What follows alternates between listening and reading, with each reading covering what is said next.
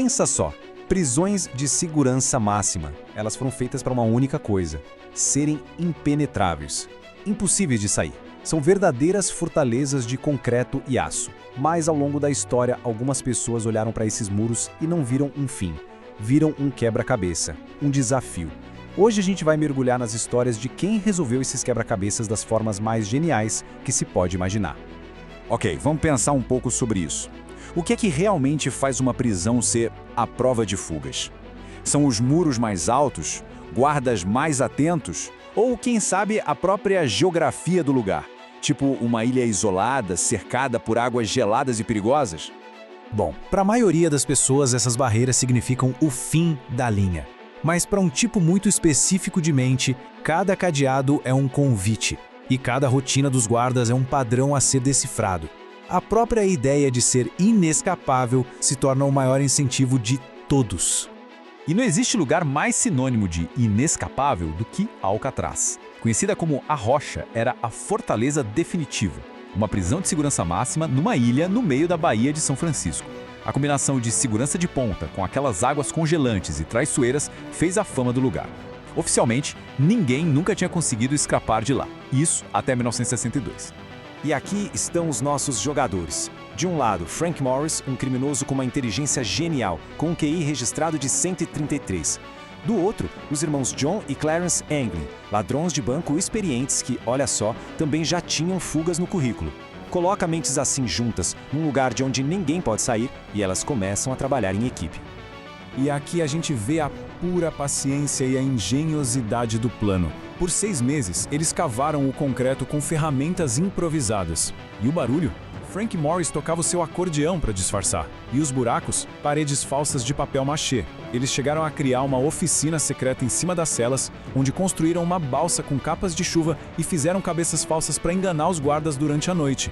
É inacreditável. E então, na noite de 11 de junho, o plano entrou em ação. Eles passaram pelos buracos, subiram pela tubulação, cruzaram o telhado da prisão, desceram 15 metros pela lateral do prédio e, claro, evitaram as torres de vigia. Chegaram na água, inflaram a balsa e remaram direto para a escuridão. E é aqui que nasce o mistério que dura mais de 60 anos. O FBI encontrou destroços da balsa, alguns pertences, mas os corpos nunca apareceram.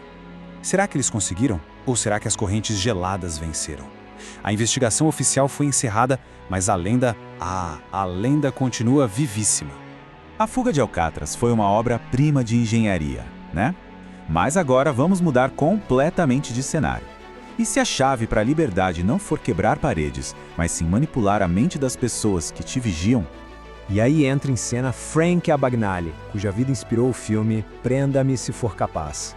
Antes de virar consultor do FBI, ele era um mestre da fraude, um impostor profissional. E a sua fuga da prisão talvez tenha sido seu golpe mais ousado de todos. Então, o ponto central é este. Quando o Abagnale foi levado para um centro de detenção em Atlanta, o agente que o escoltava simplesmente esqueceu os papéis da detenção. Um errinho administrativo bobo. Para Abagnale, aquilo foi uma oportunidade de ouro. Ele começou a espalhar a história de que era, na verdade, um inspetor de prisões disfarçado que estava ali só para checar as condições do lugar. E olha só o método dele em ação. Ele convenceu os guardas que começaram a dar tratamento especial para ele. Aí ele chamou a namorada para ajudar. Ela conseguiu um cartão de visita de um agente do FBI, alterou o número de telefone de um orelhão num shopping e entregou para ele. Ele então disse a um guarda que precisava sair para uma reunião urgente com o FBI e falou para o guarda ligar para o número no cartão para confirmar. O guarda ligou, a namorada atendeu, se passando por um agente do FBI, e exigiu que a Abagnale fosse liberado na hora. Simples assim. E a parte mais maluca disso tudo. Depois de anos cometendo fraudes, viajando pelo mundo, sendo preso e executando essa fuga inacreditável, Frank Abagnale tinha só 26 anos de idade. Ele viveu uma vida inteira em menos de uma década. A fuga do Abagnale foi uma aula de manipulação. Mas agora, a gente vai para uma história de pura, implacável persistência. Uma fuga impressionante. 2 é notável, mas e 4? 4 fugas de 4 prisões diferentes, cada uma mais segura que a outra. Isso não é só uma fuga, é uma saga. Conheçam Yoshi Shiratori, o artista de fugas mais famoso do Japão. A história dele não é sobre um único plano genial, mas sobre uma persistência sem igual e uma capacidade incrível de se adaptar a condições cada vez mais impossíveis. Vamos dar uma olhada nessa progressão. Fuga número 1. Arrombou a fechadura com um pedaço de arame. Fuga número 2. Escalou paredes de cobre lisas para chegar numa clarabóia. Fuga número 3. Usou sopa de missô para corroer as algemas e os ferrolhos da cela. E na quarta, usou psicologia para enganar os guardas. Vamos entender melhor algumas delas. Para a segunda fuga dele, na prisão de Akita, ele foi colocado numa cela projetada especialmente para artistas de fuga. As paredes eram lisas demais para escalar, o teto muito alto e ele ficava algemado 24 horas por dia, 7 dias por semana. Parecia impossível. Mas para Shiratori, a palavra impossível não existia. Ele conseguiu abrir as algemas e depois, usando pura força física e determinação, ele escalou aquelas paredes lisas centímetro por centímetro até alcançar a clarabóia e quebrar a moldura de madeira podre. A fuga mais famosa dele, da brutal prisão de Abashiri, foi um show de paciência química. Toda noite, por meses, ele espirrava um pouquinho da sua sopa de missô nos ferrolhos de ferro da cela e nas algemas. Lentamente, o sal corroeu o metal até que ele ficou fraco o suficiente para quebrar. E para finalizar, ele deslocou os próprios ombros para conseguir passar pela pequena abertura de observação da porta. Para sua quarta e última fuga, ele usou a própria reputação contra seus captores. Sabendo que ele sempre escapava por cima, os guardas da prisão de Sapporo vigiavam o teto obsessivamente. Então, todo dia, Shiratori ficava olhando para o teto, reforçando a suspeita deles.